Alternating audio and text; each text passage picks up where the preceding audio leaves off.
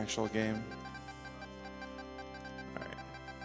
So we gotta go through too many X's. There we go. So if you've never played Actraiser before, I definitely recommend playing this game at least one time through. It's a good hybrid between an RPG, or not an RPG, but a simulator and a platformer. Alright, so let me get to the end of this text and we'll count down. Or I can just go through. Sorry.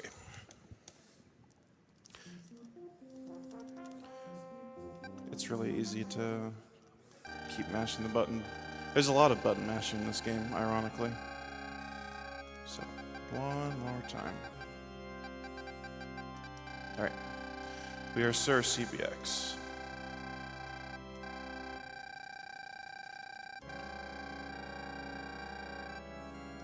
Okay. Sir, alright, time's gonna start when I gain control of the menu, but I'm gonna count down. If we're ready for time. Okay. 3, 2, 1, and go. Alright, so welcome to Actraiser. So we start off the Actraiser in the platforming section here. We're going to the very first zone called Fillmore.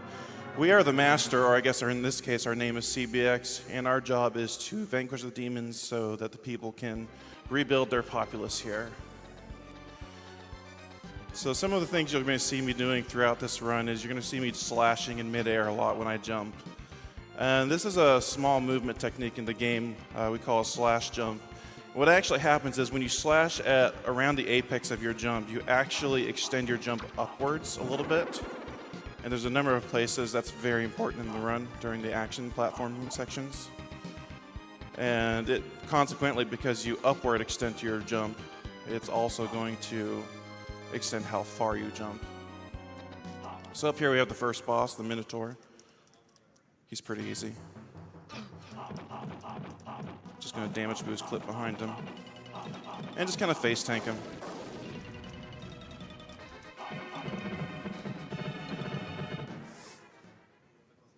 And that's the first boss. So now that we've completed the platforming section, we're going to go into the simulation section of the game. The simulation section of the game, shout outs to Crow for helping route this, but there's construction cycles that are going to go on, and we're going to want 38 of those cycles total, if we do everything correctly, to get to North Wall. So the simulation has actually become pretty tight. You have to kill a very certain number of monsters. You have to make sure you kill enough in the first cycles. So we're going to destroy these trees. We're going to go down here, kill this bat. We're going to go up here, kill this bat, kill that bat. And then we're going to move up, down, then up, so we can force the people to build in two directions at once, because my instructions are very confusing, so they just go in any direction that they want to. Again, this is... I'm going to slow down a little bit, because there's a tile here that you see the radical around right now. I don't want to build any houses on that, because if I do, it's going to trigger an event where the houses catch on fire. And then I have to put it out with rain, which just wastes my time. So my goal is to... I also did not lightning down here. That's bad.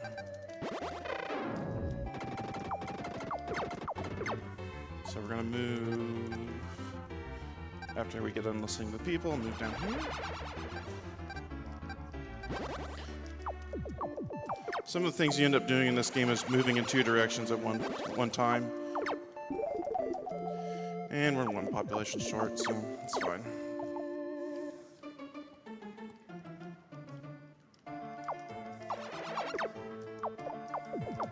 So once you seal the first layer, you have all the souls added to the town that you need in order to build successfully. Whenever you kill a monster in this game, you end up... Hang on. Whenever you kill a monster in this game, you end up adding souls to the town. It basically dictates a sort of maximum population you can build out to.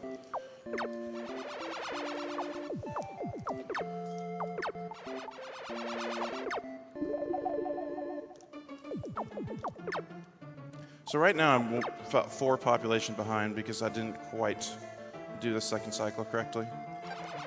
But that's fine, we'll try to make up for it in Blood Pool. So now we're sealing the second layer.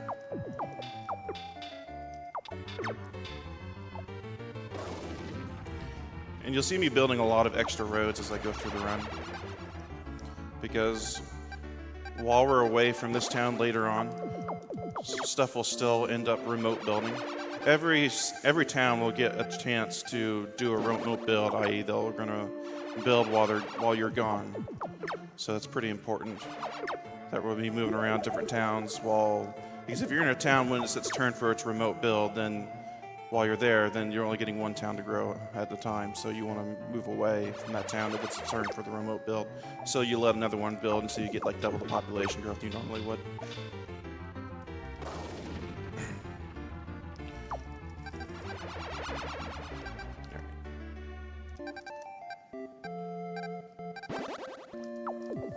So now that they learned how to build bridges so they can cross the river in order to seal this layer. Interestingly, so you see some of these support structures here, like these are, I think, this is like a regular wheat field, or no, it's a rice field or something. And the support structures, you have to have the support structures in order for the town to build. And this like provides support for 32 population, and you'll see wheat fields, which is a blue fields, provide 48 population. Interestingly enough, the bridges also are support structures. They count as a building and they add for 32 support too. So you're going to see us every time we have a chance to build a bridge, we're going to do it. All right, so now we're done with Fillmore for the moment. We're going to go over to Bloodpool, and we're going to do the Act 1 there. This is the nice thing about this game is the only thing that's keeping you from going to other levels is basically your current population level. Your total level as you, the master, depends on how much population there is. So once you reach a certain population, you reach a certain level.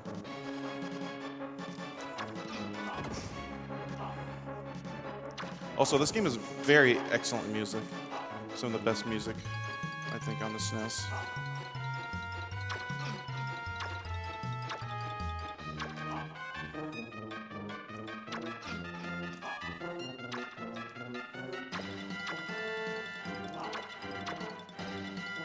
This stage is pretty straightforward. I'm gonna just kind of scroll the screen up a little bit here because if I didn't do that, there would be two more of those guys spawning from below. Here's the Manticore. This is going to be a very tough fight.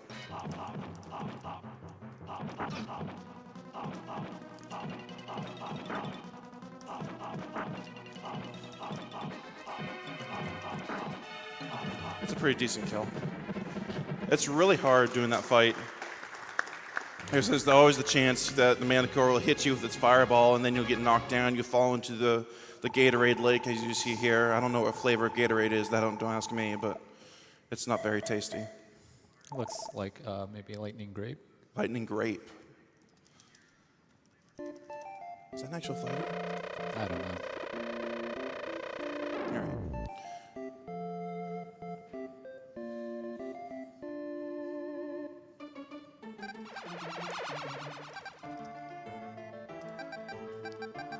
All right, so we're gonna sun that land so it dries up so we can build on it, and we're just going to go back and forth and killing these dragons.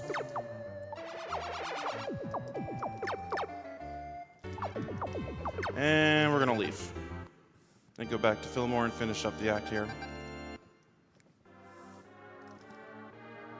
So we went there to kill a couple souls, and if you've noticed that there is an hourglass at the top of the screen in simulation mode, that is a global timer. If I go from one zone to the other, that timer is the same.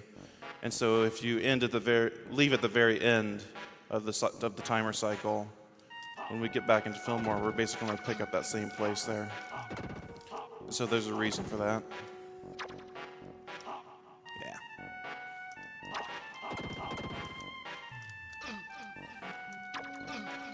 You see me trying to kind of jump backwards into these things so I can kind of backwards boost. Come up here, you're going to see me do a trick. It's kind of a small glitch in the game, but you're going to see me clip into the wall here, just like this. And so it's basically getting me stuck slightly in the wall, but I'm able to just keep jumping up the wall, keep jumping up the blocks.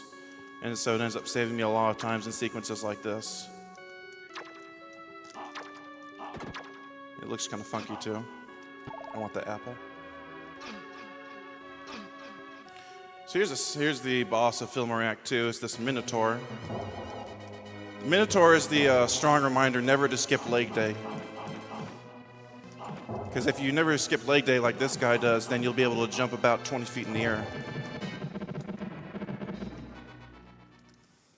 But we just face tank him.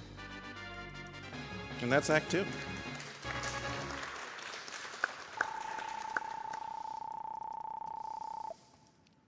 So now that we finished Act 2, it's going to bring us back into Fillmore. We're going to have one construction cycle there. I'm going to pick up the items that they have offering for me. They're going to tell me some stuff. We're going to go take their offerings. This is where text mashing becomes very important. We're going to try to catch up in Bloodpool. I don't know if it's going to be successful or not. All right, here we go.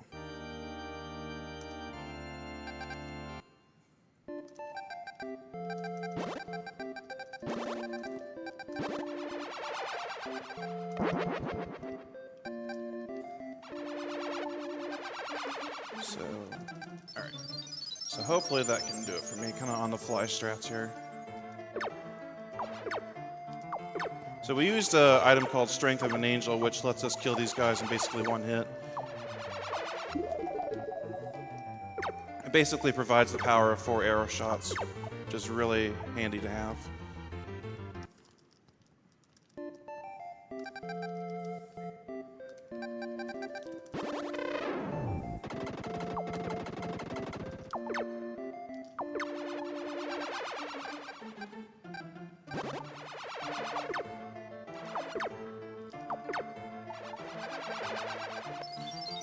And I'm using miracles here to kind of increase the amount of time I get. Because while miracles are going on, the timer doesn't run. But monsters also don't spawn, so it's kind of double-edged sword there. So I did not get an extra house like I was hoping I would. So we're gonna be behind, unfortunately, but that's okay.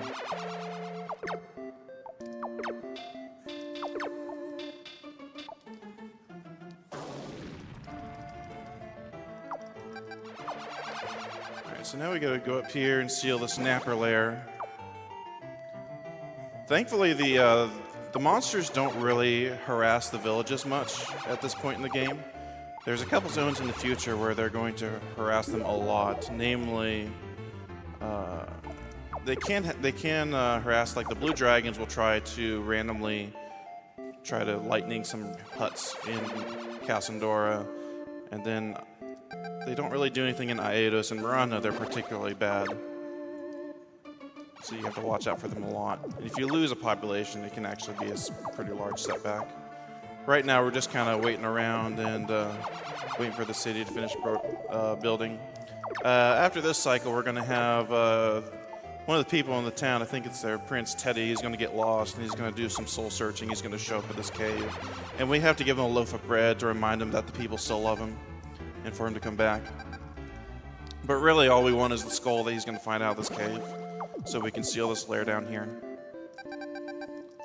And then we're going to seal this lair up here, and then we're going to head all the way back down.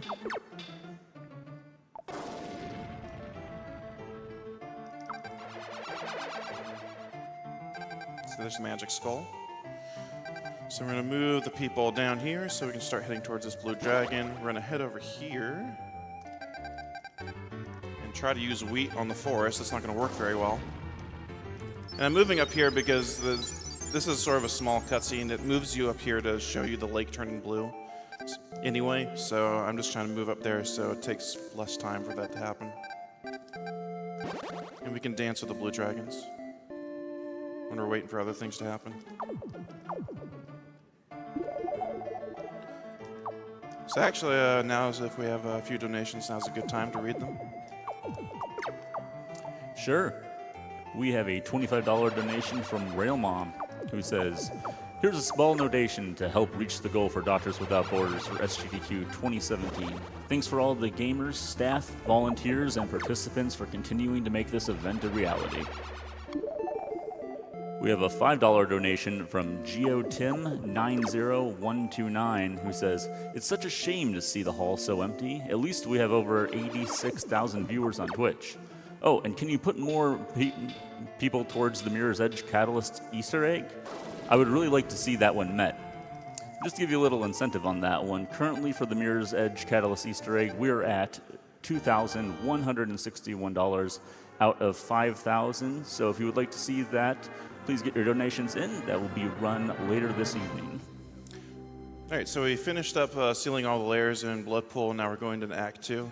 This castle can be a little technical. This is the first introduction in the game of some instant death spikes. Mostly, if you fall to a certain place and you can't get up, the game is merciful enough that it just kills you outright.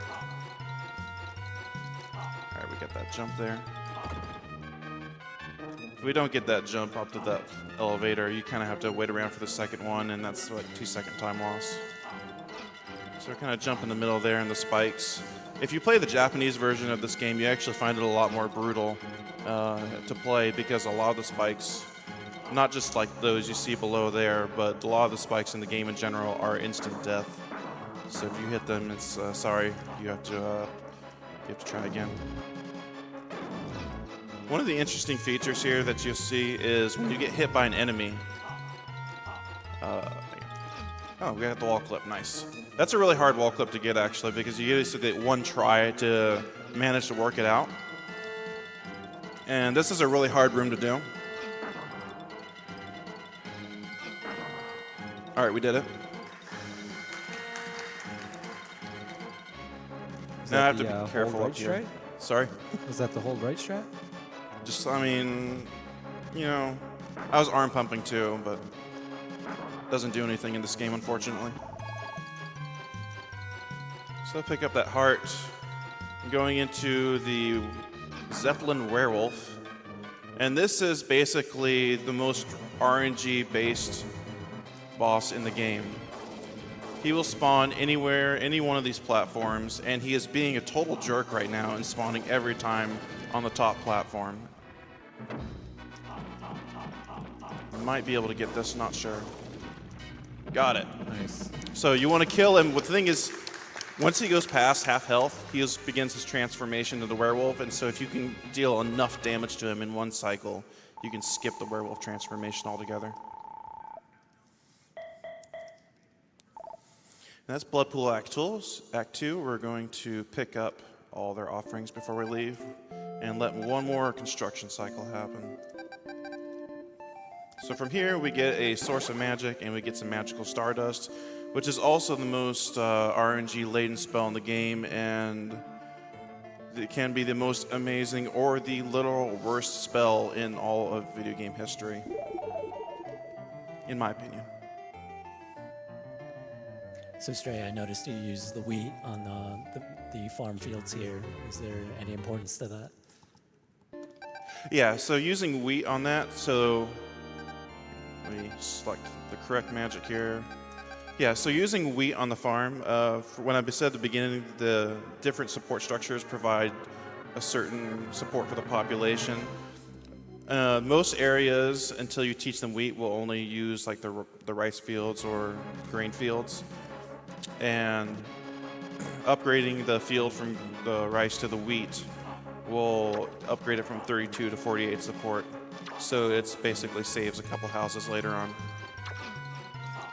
So here we are in Casandor in Act 1, and we have a lot of sand, so we gotta jump over these guys, and we got a lot of stuff killing me, or trying to kill me. The first part of the stage is pretty straightforward. I just kind of run through a lot of stuff, especially right here, jump over things. The flying flames can actually troll me pretty hard sometimes. Not so much these, but the very first one we run into could have like put a flame right in my path, but thankfully it didn't.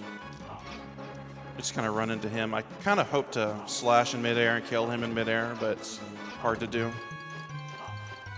This part of the stage is where slash jumps are super important, because if I don't slash jump, I don't make a lot of those jumps, but we made them just fine. So that part of the stage can actually be pretty nail-biting sometimes if you're not careful. We're gonna pick up this health, and we're gonna go to the ant line here. And we're going to see the first demonstration of Stardust, and we'll see how well it works out for us. And I'm going to slash in the wrong direction. So that Stardust was actually pretty good. I've had it outright kill the Antlion before with the Stardust, but I've had it do like 3 damage. That's the kind of RNG we're talking about here. It can either do you a favor, or it can perform averagely, or it can just say it's not going to cooperate at all, and it just throws the Stardust all over the place except where you want it to go. So you really don't have any power to manipulate Stardust except where you position the boss on the screen. It's really your only control over how much you get it to hit.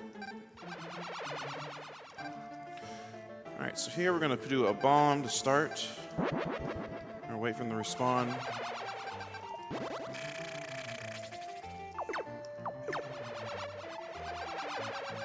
And again, we're using the rain to kind of pause the timer while we farm these guys.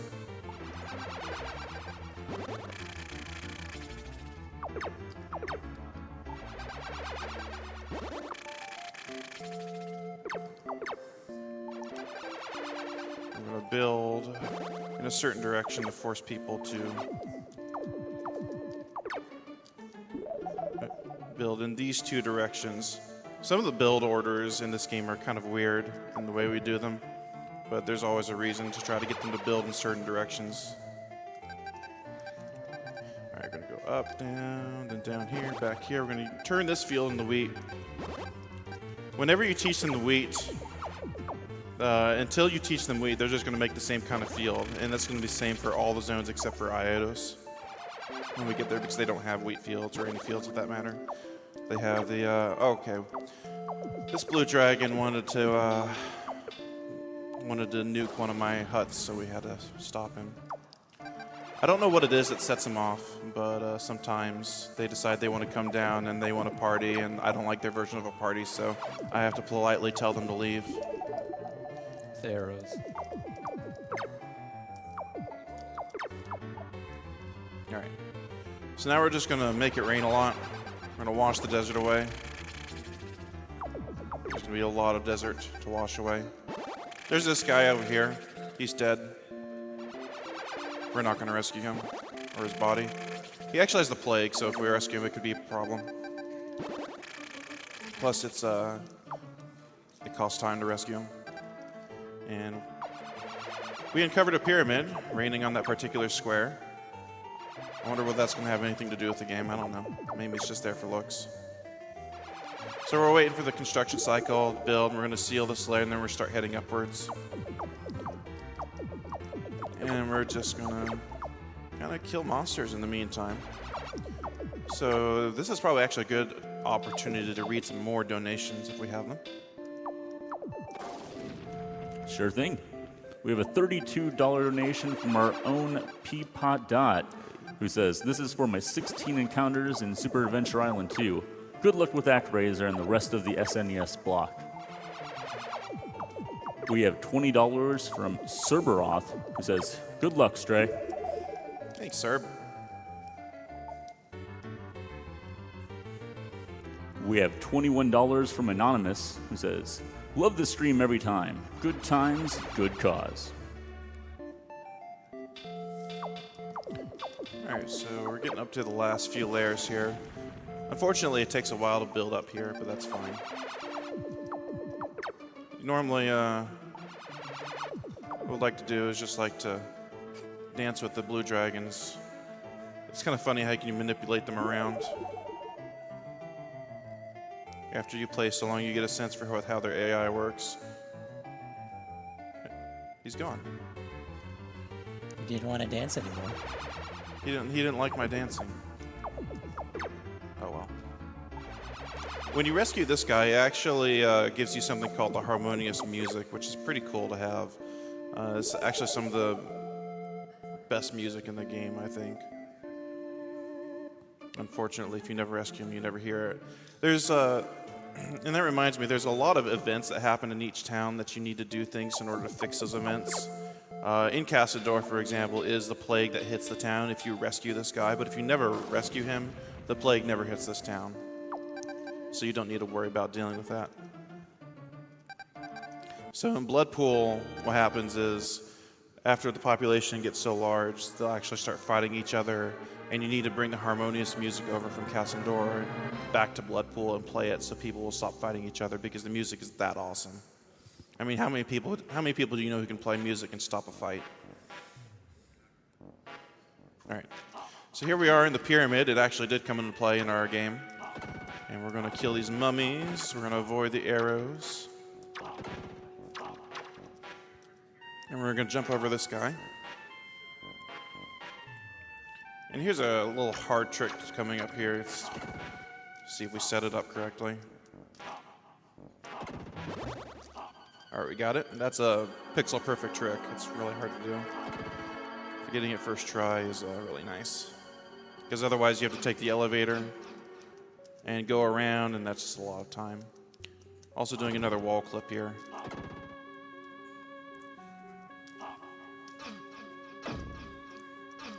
All right. It doesn't matter too much how fast you go in this section, because there's an elevator at the near the end of it that just goes up and down anyway, and it's one of those elevators that moves whether or not you're on or off screen. So as long as I get there by like 172, then I'm fine. So I'm running a little late, but I'm still making it here just fine. Jump over him, get the apple. This guy you can't really jump over because he doesn't slash, so I'm just gonna run into him twice. All right, now we have the Pharaoh boss. I think it's actually called Pharaoh, not Pharaoh. He looks like a Pharaoh, though. And we're going to do Stardust. Stardust usually works really well on this guy. And that was pretty good Stardust. I've seen Stardust flat out kill him before. I just had to add one slash at the end of that, so that was pretty average. So now we're done with the Cassandor Act 2.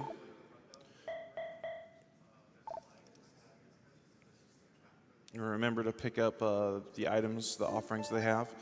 One of the things that when you seal the layers in this game, there's 4 layers in every single zone. 2 of those layers will upgrade the population. So you see the difference between these like 3 different kind of huts here. One holds 4 people, one holds 6 people, and this holds 8, which are civilization levels 1, 2, and 3 respectively.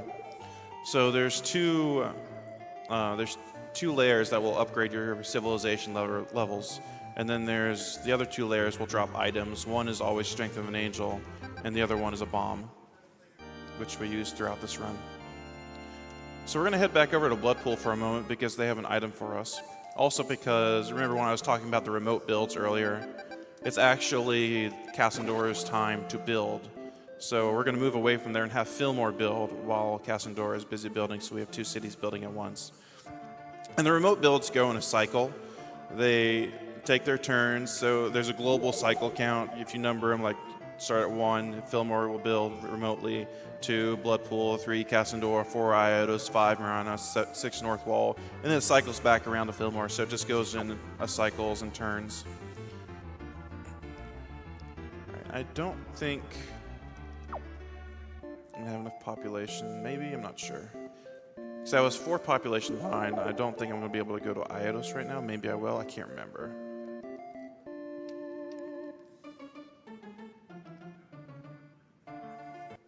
Okay, we can. So I want to make sure that bridge builds before I go, because that's a support structure and it's very important. So now we're going to go to Iotos, which is the volcanic area.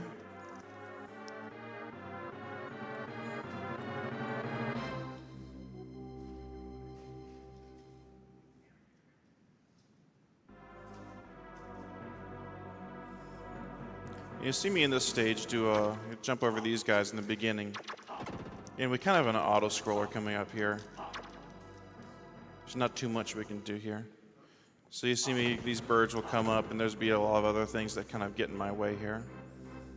So if we have 1 or 2 donations, we can kind of read during this part while we wait for the auto-scroller to finish. Sure thing. We have $52.25 from Hypnotoad, who says, "All hail the Hypnotoad." No. All hail SGDQ. Greetings from Norway, where it's just past noon and cloudy. Happy to spend my hours watching all the great games and great speedruns. My money goes to leaving Deckard Cain rotting in his cage. Poor Deckard. We have $5 from Sing Amit, who says, greetings from Sydney, Australia. Thanks for hosting a great 24/7 event that allows people from down under to watch during our peak time. Well, thanks for watching. All right, so now we're climbing up the volcano here, the side of the volcano. We got these boulders, and you see me just jumping backwards, so I end up damage boosting into them, so I don't really lose any time there. All right, we're gonna set that up again because I really want to get this. All right, we got that. That's a good trick. That's a pixel perfect trick. You see me kind of flush up against the ledge back there because it sets my positioning up in such a way that I can get the most boost off that ledge, which is required in order to make that trick. And I have to stop holding right when I land on the other side because I actually land a little bit inside the wall. And if I keep holding right, it's going to push me out of the wall, so I have to stop holding right. All right, so here we have the serpent. And we just kind of slash him to death. Except I'm already missing. Or we're going to fall. Because I can't turn around. That's fine. I opened up that fight wrong. So you just guys get to see this part again.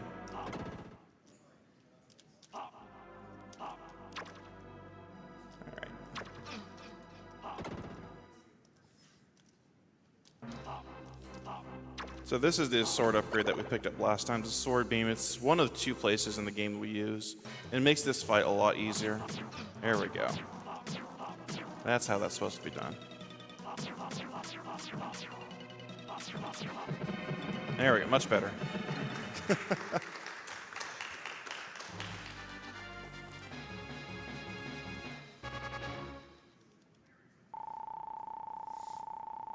So the sword beam is the only time that you actually see it as an item left in a level like this. The other time that we see it is at the end when we're fighting Tanzra, and it's just given to you. You don't even have to pick it up for the boss rush. So here we are in Iodos. Iodos introduces a enemy you haven't seen before, and they're actually some of the most annoying ones. And we're going to look at an offering because I hit the wrong button here. Strength of an angel. Oop. I'm going to use a bomb. I'm going to wait for stuff to spawn. We're going to use lightning on these rocks to clear the rocks out. So you see those giant floating heads. And they actually normally take 8 arrows to kill. But with Strength of an Angel, since Strength of an Angel is worth 4 arrows, you only need 2 of them to kill. They still take a lot. And they don't look very threatening at first. They're just kind of wandering around a little bit. But over time, they will eventually do an earthquake and pretty much wipe out all of your houses, which is not a good thing. Last I checked, anyway. You see me waiting for these monsters to respawn before I catch the next lightning. Because while the miracles do pause the timer, they don't let monsters spawn during the miracles. So we let them spawn and then we end up killing the monsters. So if we did this right, we get 6 structures, which we did. That's the most structures you can build in one cycle. Is 6 structures. So I wanted to kill enough monsters in the first cycle to build all 6. Because again, when you kill a monster, it adds 1 soul to the soul pool of your town.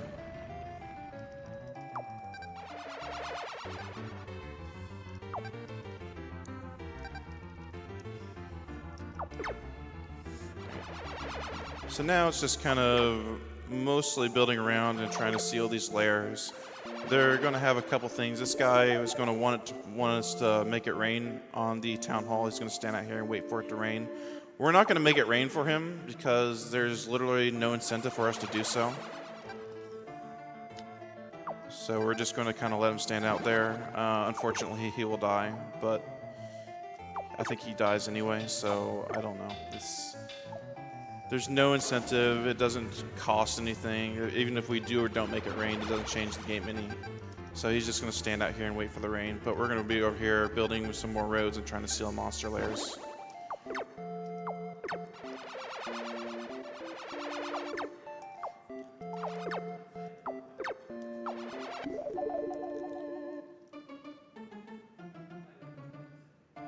And so the support structures here, as mentioned earlier, a lot of places have the wheat and the rice,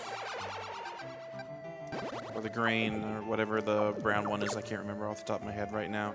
But they have the horse stables and the windmills here.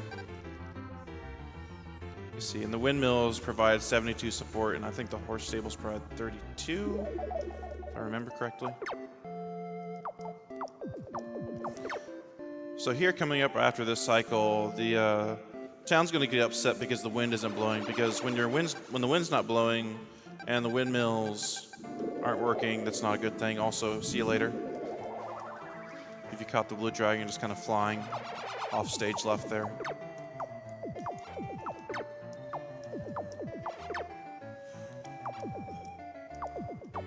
So we'll seal these 2 layers on the next cycle. You can get a civilization upgrade from this layer and an item from the other one.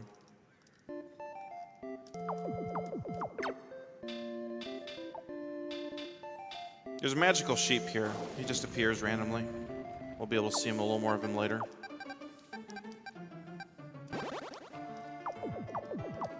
So now we're going to seal this layer. And after we seal the 4th layer here, then this volcano is going to start erupting. Which if volcanoes erupting right next to your town, that's generally not a good thing, so we need to go in and fix it.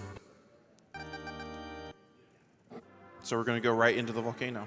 This stage in Iotus Act 2 is actually, there's a lot of things that can go wrong, which is a great thing for me to say as I'm about to go into it. Doesn't set me up for failure or anything. But it's actually, I think, one of the coolest stages in terms of a speed run. It's probably the most technical stage, I think, in the game. You see me kind of back boost into these guys. Because these guys take a long time to kill, so it's not worth trying to kill them. Barely made that jump. Alright, kill him because he's annoying. We're going to kind of take it easy here. And this guy, this is why it's so hard to kill those guys, because they take forever to kill. And we're going to back boost into this guy and take a long fall, using vulnerability flames to get through a lot of those flames. And then we have the pinwheel boss. I can't remember his actual name. We're going to use Stardust and hope we get good RNG. And it was mostly okay. You can get a general sense of how fast the bosses are by looking at what the timer ends at. So 189, that's okay. If I didn't use magic at all, I could get a 188 with just using slashes. So I've saved myself about a second. The best I've seen with really good Stardust RNG is 192. All right, so we're going to go move immediately back to Kassandor for a little bit, because it's currently Iota's turn for a remote build.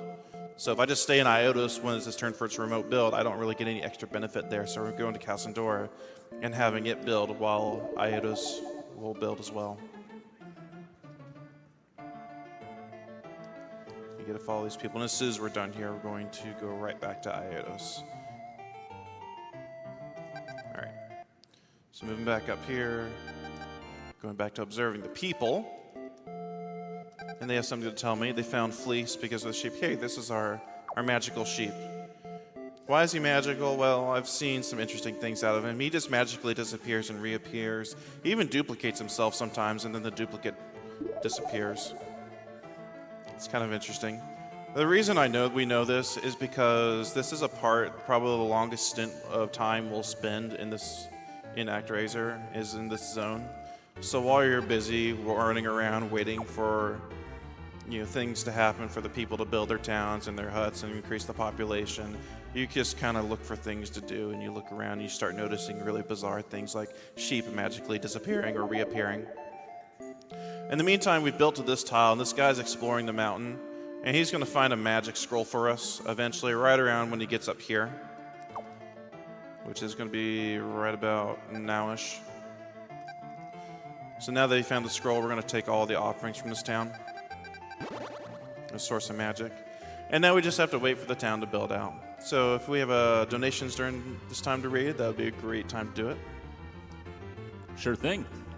We have $15 from Reborn107 who says, "Hey Stray, I was able to donate this time around. Good luck and go beat that jerk Tanzra." Thanks, Reborn. We have $50 from Dude Man Jones who says, "Wait, there's a Catalyst donation incentive? Take my money." Also, question for Stray. How exactly does one teach villagers to wheat? I'm asking for a friend. I think it just falls from the sky and it just happens. I don't know. We have $10 from Yoinker's wife who says, "Hello, SGDQ. I can't donate much more than I have, but I will tweet pictures of myself watching Super Mario 64 at the top of Mount Fuji. You guys are awesome and restore my faith in humanity. Also, kill the animals." All right, so we're heading into Miranda now, which is basically the swamp region of the game, and not my favorite levels in the game, but actually both, now that I think about it, both bosses are my least favorite. But this boss, the Raph Lasher, isn't too bad, but Kalia is probably the worst boss in the game, and you'll see why when we get there. So we're kind of jumping and dodging over, ducking, doing a lot of things. I'm going to get hit by that bird. That's fine. And we're going to do a wall clip here. Maybe. There we go. And we're just going to go, and clip in the wall, go in the ceiling, and go to the next room. And skip the rest of that room. As it turns out that the transition to go into the next room is literally just the end of the screen. So as long as you get there, however you get there, in this case, clipping through the ceiling, it doesn't matter. So we're going to do another wall clip, hopefully. The only opportunity we have to do a wall clip is this vine. I've got 3 chances to do it. This is 1, 2, got on the second try. And you just stand up here and slash, and totally complete legit strategy. There's nothing wrong with this whatsoever. And funny thing, if you actually go high enough, if I keep jumping upwards, then it's going to perceive as though I fell out of the world through the bottom of the game, and it'll actually kill me and put me back in the previous room. So you don't want to jump up too high there. But there is benefit to being high up when the stage ends, because the little thing that leaves the master's avatar, the stage won't clear and transition away until it's cleared the screen. So the higher it is, the more time you spend, or the more time you save. So we're going to move around here a little bit, and we're going to cast an earthquake, which is going to join these 2 islands together. It can be a little disorienting at first, trying to shoot monsters while an earthquake is going on, but it's not too bad once you get used to it. All right, he's being a jerk. So as long as we kill 4 monsters in the first cycle, then we get the full possible population build.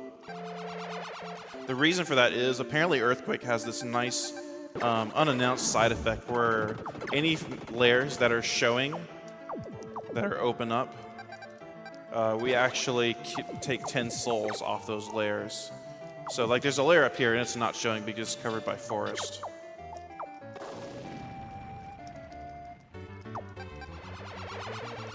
We need to teach these people how to wheat, so we're going to teach them how to wheat real quick.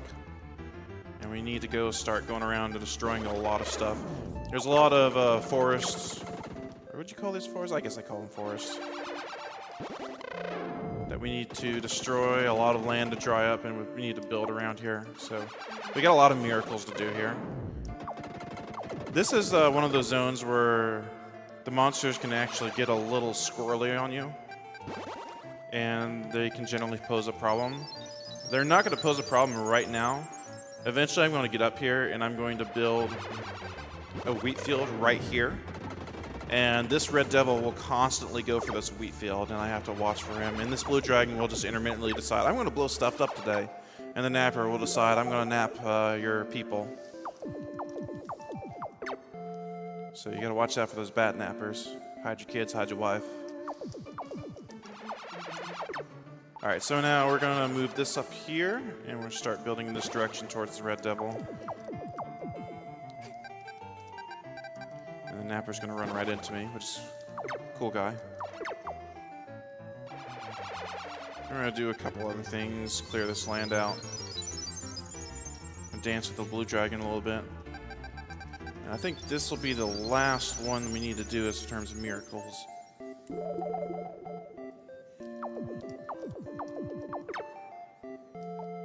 So we're doing pretty well here. So now is the point when I have to watch for this red devil coming down. So I'm going to just...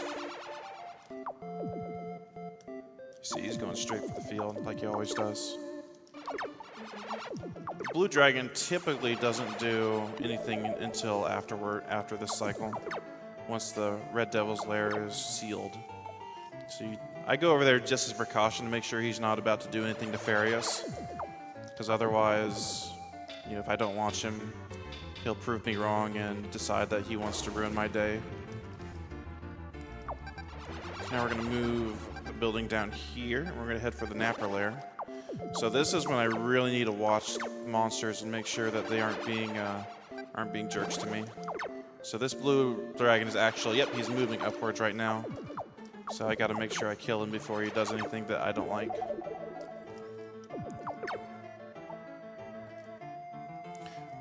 The funny thing about the Napper bats is when they pick up people from houses, there's like 4 people that appear to be hanging from the Napper bat. And you can save the people if you kill the Napper bat, provided that the Napper bat is currently not above water. So if you kill the Napper bat above the ocean or above this lake conveniently placed in the middle of the zone, the people will end up dying, and that's a population loss to you.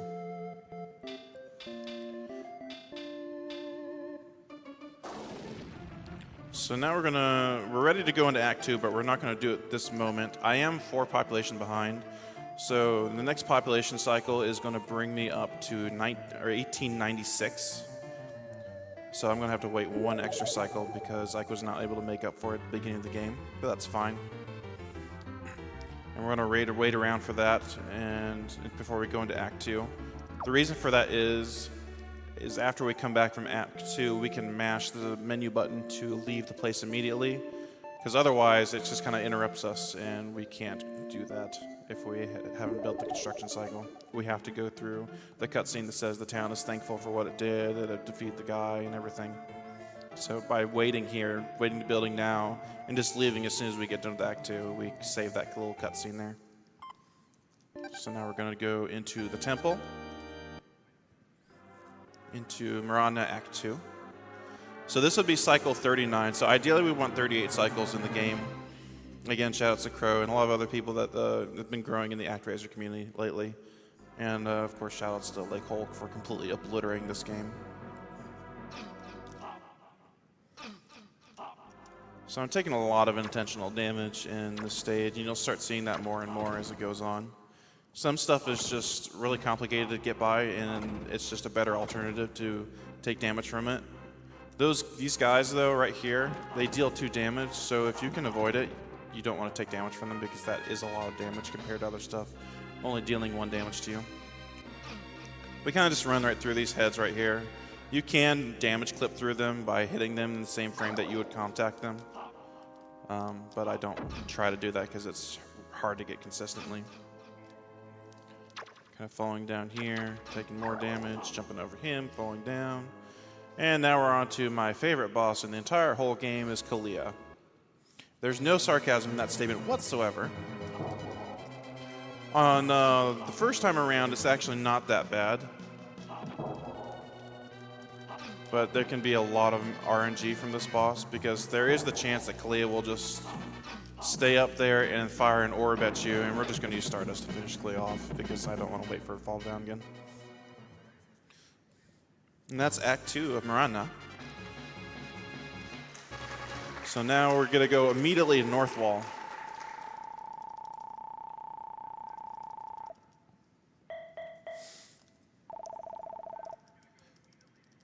All right, so again, mashing the menu button as soon as we can, leaving. I don't want to listen to what the people have to say because, again, I don't have the time. Going into North Wall here. Act 1 and Act 2 of North Wall have different music from anywhere else you've seen. I honestly think that Act 1 of Northwall is some of the best music, amongst, again, the best music in the game. It's just, you listen to it and you don't want to stop listening. And you never hear it anywhere else in the game.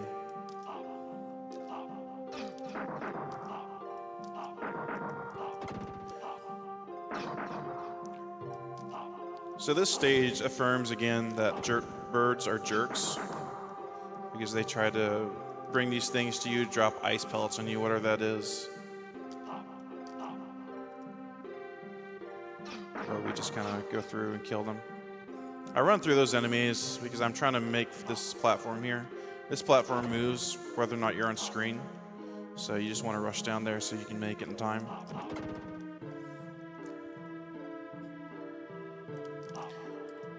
Northwall has these interesting things where these eyes just kind of spawn randomly throughout the stage. It's the only, Northwall is the only place that happens in the game. And they're going to spawn a lot up here, and I'm actually so used to dealing with these, you just kind of jump over them. It was actually a pretty generous spawn. There's only one that was in my way. Sometimes I've had it where I had to completely kill them all before I could bother passing. We're just kind of damage boosting our way through here.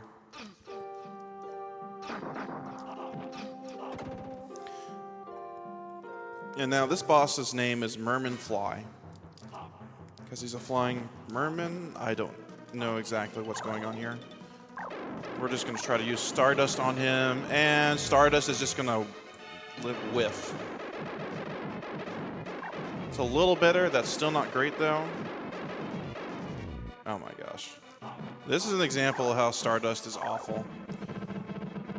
I regularly joke that Stardust RNG is actually the real boss in this game.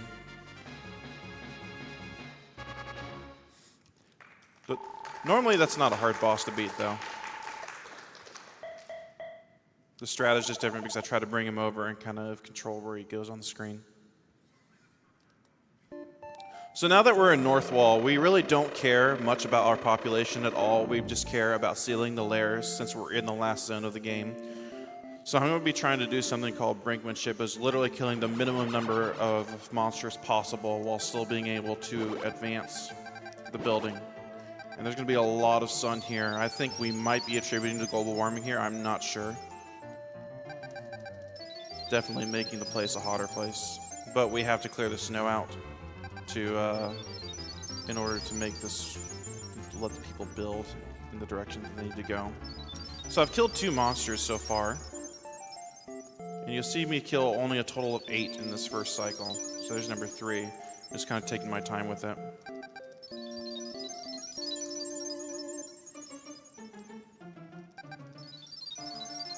Alright, so now we're going to have them build. I'm going to kill a 4th one there. I'll build up, down, then up, and then we're going to go up straight to this lair. The reason I do it that way is so they build off to the right of the town. So now I'm going to kill 8 monsters total, so we're going to get only 2 structures this build cycle. And I can only kill 2 more monsters total. I don't care about teaching them how to wheat, because as long as they're building a structure, it doesn't bother me. This red devil wants to destroy the field. These guys are annoying. Alright, so I got 2 houses there, but that's okay. Generally, you want to build as few structures as possible because that just frames that you can save off every structure that you don't build. But now, since we're sealing monster layers, we're going to get the maximum build every cycle, so we don't care how many monsters we kill. So we're going to sun this one tile. We're going to go back up here and build out. Go seal the other layer.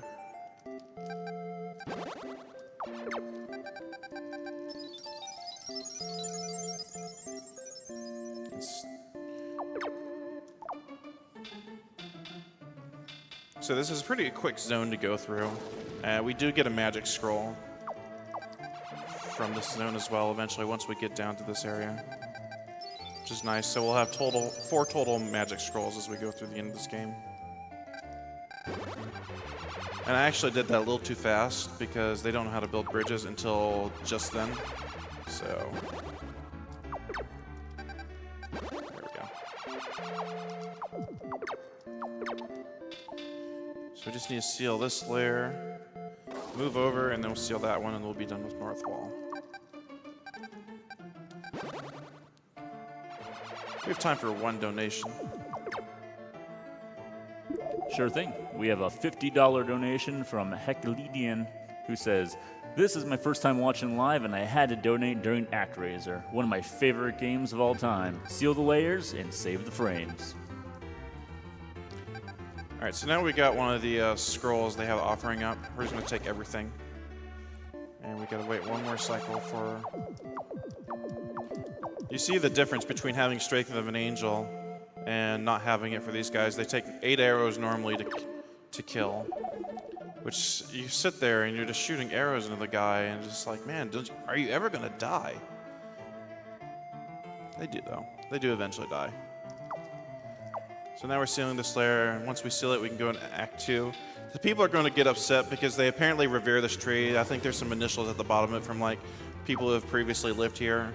But now there's going to be this wyvern that's like stalking the top of the tree, and it's got people upset, and they're asking me, hey, can you go please take care of this wyvern? I don't think it actually stops them from building, but it upsets the people anyway. So we're going to go kill the wyvern for them. The Arctic wyvern is his name. And again, this is another situation where you see different kind of music used in this stage as compared to any other part of the game. Also, the eyes have a habit of spawning right in front of you. We're going to be trying for a wall clip here. It's actually kind of an annoying one to get. Got it first try. And then all right, we got it again. That bird ended up knocking me out of the wall when it hit me. So I was able to get myself knocked back in the wall with that caterpillar. So we're just kind of climbing this tree as fast as we can. Not really giving much attention to the damage we're taking. And we're going to stand on the left side of this bubble because there's a bird that comes out. As long as you stand on the left side, you don't really need to worry about it hitting you. Because if you stand on the right side of the bubble, then it's just going to move out further and probably hit you. All right, here's the Arctic Wyvern. I actually really like this boss's graphical design. I don't know. Are you serious? Are you serious? Not only did I lag like crazy, it only hit him like twice or 3 times.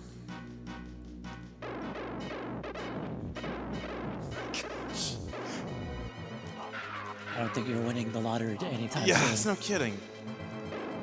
Get him. All right. Stardust is so annoying for that reason. The boss is massive. He takes up like 1/4 of the screen, and I've actually had it before where Stardust, he's swooping from right to left, and Stardust didn't hit him at all. I've actually had that happen once before, and I was in disbelief. So North Wall Act 2 is now done, and we're moving on to the boss rush of the game. And this is called Deathheim. So now we're going in the final part. So the boss rush, as you expect, if you ever watched a Mega Man game, the same kind of concept applies. You're basically going through and facing all the Act 2 bosses over again. They are slightly supercharged or sped up, so it is a little different for most of the bosses. The Minotaur is much faster now. Stardust usually does a pretty good job on him, though, so I only have to do 1 Stardust, and that was pretty average for Stardust. That was actually decent. And we have to do the Zeppelin Werewolf again, which is, again, if you remember, the very RNG-laden boss. The only difference is he teleports away a little faster, but you can still skip the werewolf transformation if you get good cycles.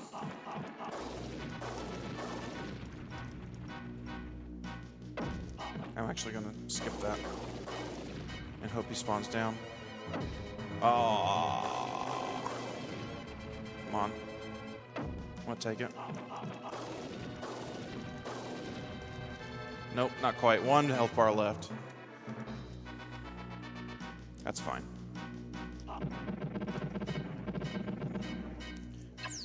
The werewolf phase can actually be really challenging if you let it go on too long, because he just kind of stays right on top of you, and it reduces your ability to hit him because you're busy taking damage. Pharaoh boss is really easy. We're just going to use the regular professional mode strats to kill him. Because if you put your back up to this wall, it turns out he tries to fall down on you, but he just can't hit you, so you just sit here and basically wail on him.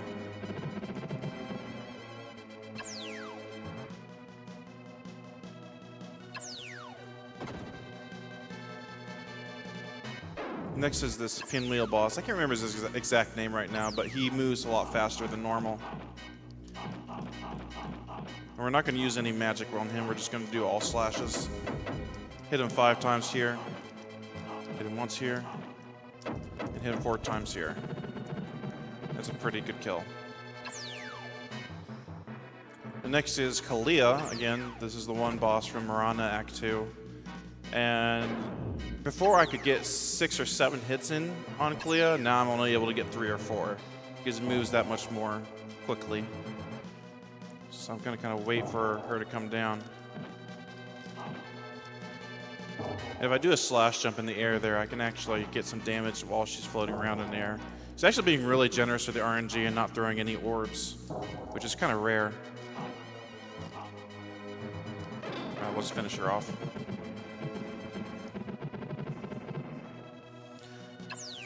So here comes the Arctic Wyvern refight. Let's see if this goes better the second time. I only have 2 scrolls of magic though, so we'll let him do whatever he's going to do the first time. The difference with this fight is he doesn't really move any faster, but his particles that he shoots definitely go way further than they normally do. It's not exactly what I want. All right.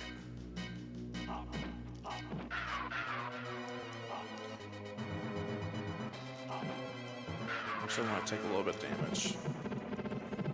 So I have 3 health. I'm just going to take an intentional death coming up here because the chances of getting through Tanzer without taking 3 hits is low.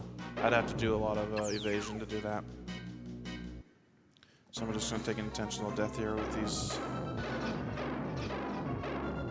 Maybe, there we go. Refill the health bar. It's a nice thing is when you die, you get your health refilled.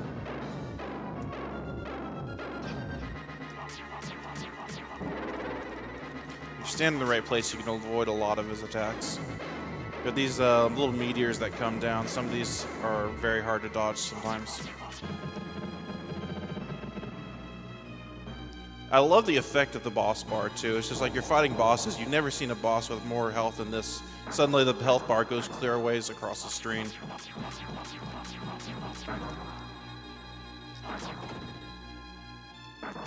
All right.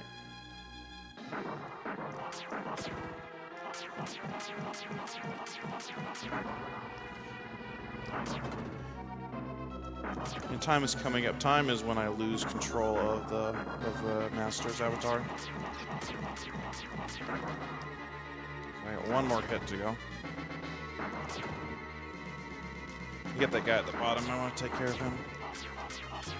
And time.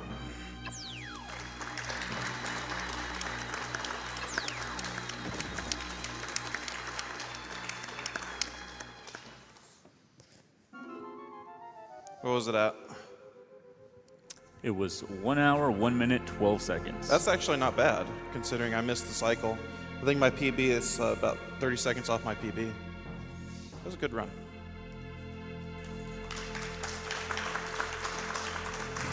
If there's anyone out there interested in learning the speedrunning Actraiser, we've got a Discord now. You can just find me on Twitter, and I can send you a link to come learn this game.